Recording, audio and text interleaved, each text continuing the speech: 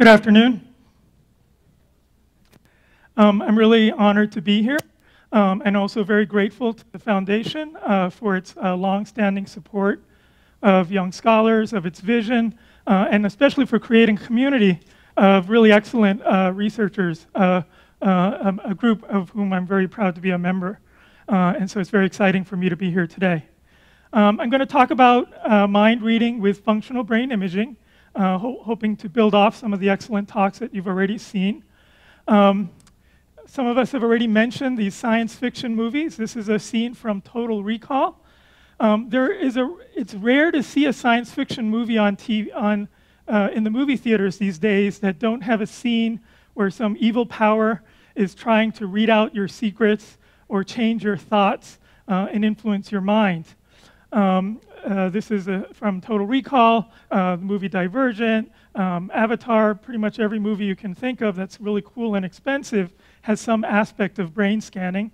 And so what I want to talk about here today is how much of this is science fiction and how much of this is reality in this day and time. And it's important to understand what's reality because unlike these movies, we're really interested in using brain imaging for serious purposes, such as understanding how memory works and why it fails in disease such as Alzheimer's, understanding what are the brain causes for autism, and in particular, very important for almost every major society, the role of depression. What is different about people who are suffering from major depression, and what are the neural mechanisms that make people more likely to develop depression? How can we diagnose it, and hopefully how can we treat it better? So my talk will have two parts. We can use brain imaging to decode the mind, and we can also use brain imaging to predict behavior. So I'll talk about those two parts in turn. And of course, the brain scanners that we use in humans does not look like this, but typically relies on, in my case, functional magnetic resonance imaging. There are many different types of brain imaging methods, but as you've heard, MRI has many advantages. In my mind, and I think in many others, this is the equivalent of a microscope, of a telescope, of all the amazing cutting-edge tools you've heard about today. This is one that has revolutionized the study of the neuroscience and psychology. And what's incredible about it is that this was really born in around 1990. MRI, of course, existed before that, but to use MRI to study brain activity or infer brain activity, that really started happening in 1990. And for the first 10 years of MRI research, I was fortunate to have been a student at the time and got involved in some early brain mapping projects because MRI turned out to be a very useful tool for understanding where information is processed. How are different functions mapped onto different parts of the human brain? And one of the most prominent examples, or at least one of the most robust examples, is comparing what is different in your brain, in your visual system, when you're looking at scenes versus when you're looking at faces. When you compare the brain activity of scenes to the brain activity of faces, you can get a map like this within 10 minutes of scanning subjects. The responsive to scenes is shown in red. The area that's more responsive to faces is shown in blue. And we call that the place area and the face area, respectively. And MRI turned out to be a very useful tool for localizing function in different parts of the human brain non-invasively. I will also note that most of the studies I'll share today are not from my lab, but when they are work that I participated in, I'll put a little tag of my university, Yale, in the bottom corner. And so I'm stuck over here in the et al. Of one of these papers. Now, this is the very first brain imaging project that I did when I was a postdoc. Even though it was a very fun project, I had some doubts about what the utility of brain mapping would be, because it felt a little bit like phrenology. If something is happening between the two areas, who cares whether it's happening in the fusiform gyrus or the perihippocampo gyrus or some other collateral sulcus, some other part of the brain? We all know it's happening somewhere in the head. Exactly where it happens is not necessarily going to inform us how the mind works. But of course, his brain mapping was only the beginning, only the basics for linking brain function to thought and identity and the mind. And also, in your mind's eye, imagine the route that you have to take to get back home, whether you're driving or getting on the subway, you can imagine and navigate through the environment in your mind's eye with your eyes closed, which is a fun thing to do after lunch. Okay? So if I may have my next slide, the question is, can brain imaging study imagery? Can we read out thought, even though we're not actually showing you anything? And in my mind, this is one of the most seminal studies that has shown that. First, they mapped out the face area on the top row, and then they mapped out the scene area in the bottom row. Okay? And then they had everyone close their eyes and imagine faces in one condition, or imagine scenes in another condition.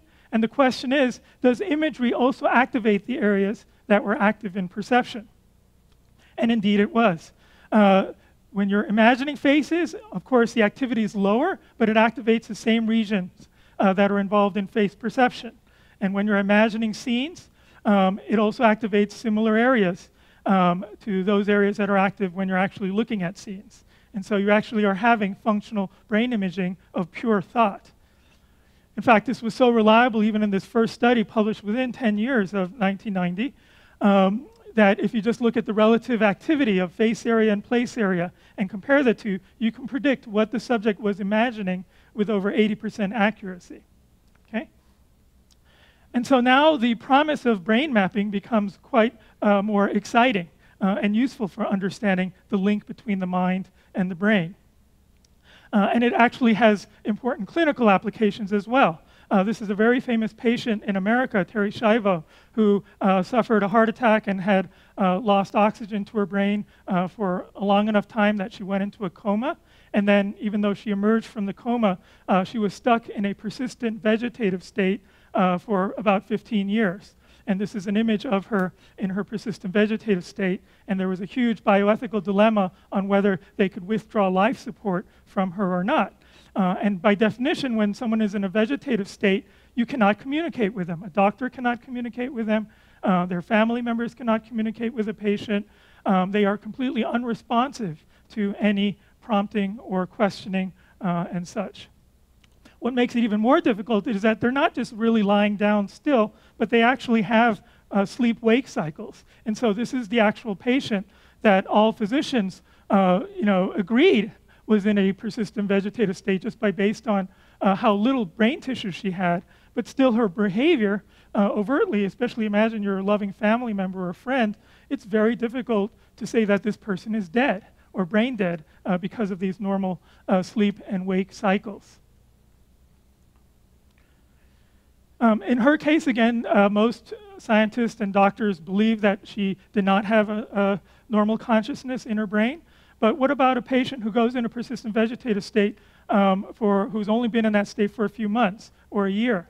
They're completely unresponsive, but yet if you scan their brains, you don't see this atrophy, this disappearance of tissue from misuse. How can you tell if they are conscious inside or not? Okay? There is no way to do that verbally, and there's no way to do that behaviorally. And so here's where functional brain imaging comes in from Adrian Owen's lab, published 2006 in Science. They took a group of normal subjects who can report normal awareness and put them in the scanner and had them do one of two tasks. One task is to pretend that they're playing tennis. You can close your eyes and imagine you're playing tennis. That will activate the motor areas of your brain, which is a unique pattern that you can detect with fMRI. And in another condition, they did what you did, scene navigation. They had people pretend they were walking through their houses with their eyes closed. And so this is scene imagery, navigation imagery here on the right. And the key thing is that's a different pattern of brain activity. Okay? And importantly, these two patterns are different from each other. So the question is, what happens when you put a patient who's in a persistent vegetative state into the scanner? Can you detect responsiveness to instructions that you're giving to her in this case? And here are the data. Okay, so you can see that even in a persistent vegetative state, this patient was able to follow the tennis imagery instructions and elicited a brain pattern of activity that was similar to that of controls and separate from when you asked her to do spatial navigation imagery. Okay? So here's where I think the clinical benefits and the practical benefits of brain mapping become, I think, very apparent, and of course controversial. I should mention that not every vegetative state patient shows these patterns. Only about 15% do. What that means about those who don't show that pattern is something that scientists and ethicists are still debating. But one thing that is clear is that if you have a patient who can do this task and you can detect it with fMRI, then you can communicate with them. Because you can say, give them questions, and they say, if your answer is yes, you can think tennis. If your answer is no, think walking around your house. And they were able to determine with over 90% accuracy that normal control subjects and patients who are able to do this task can answer factual questions correctly. Again, just by reading out their fMRI brain scans. And of course, this is the genesis of what hopefully will become more sophisticated brain-machine interfaces. Now, there are major limitations, okay? Face processing has a special area in the brain because it's so fundamental to our social lifestyle, to human behavior. But the brain does not devote separate brain regions for every different kind of thing that you can recognize or every different kind of thought that you can conjure up. So, for example, if you wanted to study the difference between shoes and cats, most people don't have a shoe area unless you're really into shoes. And most people aren't into cats enough that they have a separate cat area. The brain activity for cats and shoes is hard to distinguish. You cannot use conventional methods to do so. And this is where the interdisciplinary nature of functional brain imaging has become very useful. Brain imaging researchers have collaborated with computer scientists and electrical engineers to use machine learning algorithms to differentiate and pick up more sensitive and subtle patterns. So even if there is no shoe area in the brain and there is no cat area of the brain, across all the voxels that you can measure with fMRI, there are different patterns that are reliably elicited, so that if you train a machine learning algorithm to learn these patterns, to learn this categorization, you can show them a new example, a new shoe, and then look at the fMRI pattern activity, pass it through a machine learning pattern classifier, and it'll guess, oh, I think that's a shoe, oh, I think that's a cat, and it'll be above chance. It'll be pretty darn good, actually, as you'll see in a moment. And so this is kind of like the second wave of brain imaging advances, where using these pattern classification methods, we're gaining a whole lot more knowledge and being able to read out the mind with even greater precision. A paper was published in the New England Journal of Medicine from Tor Wager's group at the University of Colorado, where, think about it. How can you measure pain? It's a very subjective experience, and it's hard to share with others. But they use these fMRI devices to track pain, in their case, artificially induced pain with heat. They were able to track the amount of pain that subjects were experiencing and be able to actually match people's personal ratings using fMRI pattern classifier activity alone. This is the most astounding example. I'm just curious, how many of you have seen this video? Not many? Okay, this is great. This is work done at the UC Berkeley. There's no sound. This is work done at UC Berkeley, Jack Gallant's group. They showed people a bunch of videos, and they learned the mapping between these videos and visual system responses that are measured with fMRI. They built a model of that relationship. Then they showed people new videos, and then based on their model, their mathematical model, they tried to guess what videos people were watching. Okay, so this is what people were watching, and then between these two, there's fMRI activity being decoded, and this is the guesses that the researchers made. So you can see it's very crude, but still pretty amazing that they could do this. It's all based on YouTube video libraries. But you can certainly determine if people are looking at a person or not. You can even get a sense of where the important objects are in the scene. And it's pretty remarkable that in 2011, when this was published, again, within 20 years of fMRI starting to really hit the scene, scientists can decode brain activity to this level of precision. And this is 2011, and gets even better. Partly better because of some brilliant students I had in my lab. Alan Cohen is a physicist who joined my lab as an undergraduate. So he brought in some formidable mathematical gifts along with my very talented postdoc, Bryce Kuhl. They were so inspired by the Gallant study that they decided they wanted to decode faces. because that's the area of stimuli that I have most expertise. And so what they did was they basically did something similar, except they used more different kinds of mathematical algorithms, principal component analysis for those mathematicians here. I'm sure many of you know what that is. They trained up a library again. You showed people a bunch of faces and then map their faces to the fMRI activity. But importantly, we just don't make that mapping, but we develop models, PCA models of these faces, and map on the brain activity to those PCA models. And then based on those models alone, we can generate good guesses of what kind of faces people were looking at and reconstruct what we think people were looking at, even though those faces were novel. And so this work was just published just a few months ago, and it got a really nice press response. But again, here's a series of faces that we showed the subjects. And then here are our computer guesses using fMRI responses and our mathematical model as to what faces people were looking at. And if you actually ask people to gauge performance, it's about 60 to 70% correct. Okay, so we still have a far way to go, but I think it's still pretty impressive that we got this far. And then you may ask, okay, so what about pure thought? What about decoding something that, again, something like based on imagery? And so this was a study that was published in last year from Kamitani's group in Japan. They basically used methods, complicated models, and fMRI to decode dreams. And so I'll show you an example of the guesses of the algorithm of the kinds of dreams that a subject was having in the scanner. And again, this is not a natural scenario. The scanner is very loud. I think the subject was very well trained and such, but it's still quite astonishing. So this is a decoding of a dream. And just one caveat, it's a male subject. And unfortunately, men tend to dream of only one thing. So you're going to see a lot of pictures of, in the case of this heterosexual man, thinking about women. So you'll see lots of pictures of women, but they're not nude. So just go ahead and watch it. It was published in Science after all. Okay, so again, the decoder is just working to try to decode what the subject was dreaming. And then it starts to get better at it as the dream becomes more vivid. And so here come all the erotic images.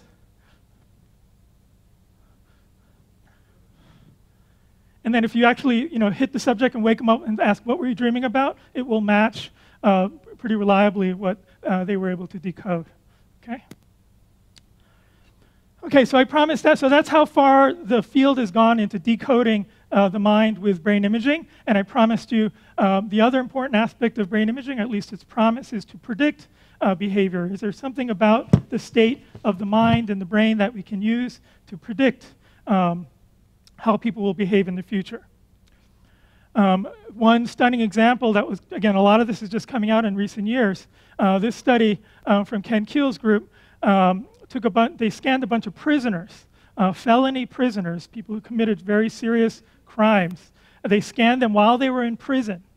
And then, when they were released, they tried to predict how likely was someone going to be rearrested, okay, come back to the prison, called recidivism. And based on subjects' response to a task that requires self-control, they were able to predict who was more likely to come back to prison, more likely to commit a crime again versus someone who didn't. It literally is like the movie Minority Report. In my own lab, again, work done by an undergraduate student who I lost to law school, but in America, stereotype behavior is a big social problem, and it permeates a lot of aspects of society there.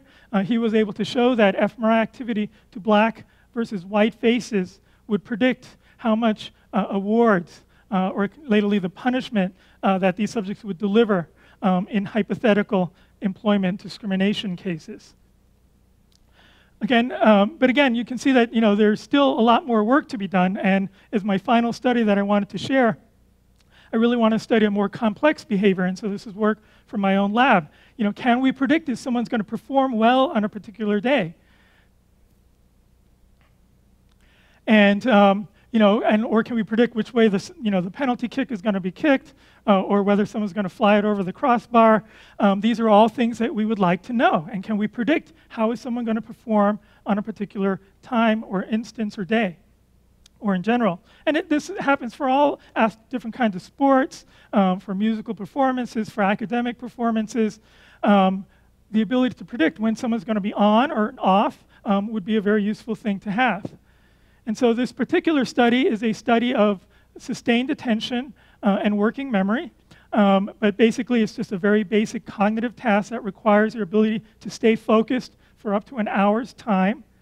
And we find that you cannot really predict performance just by looking at the face area or just by looking at the place area or whatever area you may choose.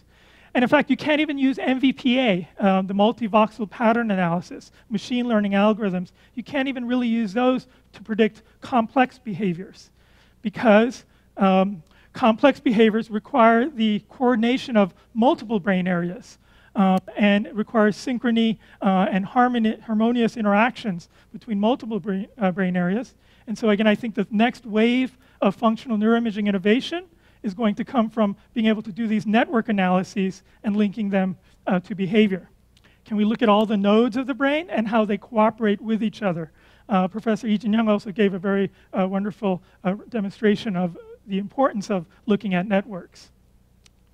And so what we do in this study is we divide up the brain into a bunch of different nodes, and then we calculate what are called connectivity matrices, where basically we look at every pairwise correlation between different brain regions to see how coordinated they are, how well in synchrony and harmony do they cooperate together in the context of a task by looking at their time courses in fMRI. And that generates a very straightforward connectivity matrix. This much is not rocket science, of course. And importantly, we're going to define those regions that communicate well or that act in synchrony well to have strong functional connectivity. And importantly, we're now going to look at this for a variety of tasks. And importantly, we're going to link it to behavior, because ultimately that's what we're interested in, is linking the brain to behavior. And when you do that, we can extract what we call a high-performance network. These are the nodes that act in unison together well in order to, and when it does so, it produces good behavioral performance. And also, even within the same subjects, there's a whole set of other nodes that predicts poor performance. When those blue nodes are active, then people perform much worse. What's stunning is that not only does this method work super well, and it's not even published yet, but we can actually determine how well someone is going to do, even when they're not doing a task. Even when they're only looking at a fixation cross. For those who do functional brain imaging, this is known as resting state connectivity. So even if you're only looking at a plain fixation cross and your mind is allowed to wander while we scan you for 10 minutes, based on how the connectivity is during those random thought periods, we can predict how well you're going to do later on in a demanding cognitive task. And that's what we show over here.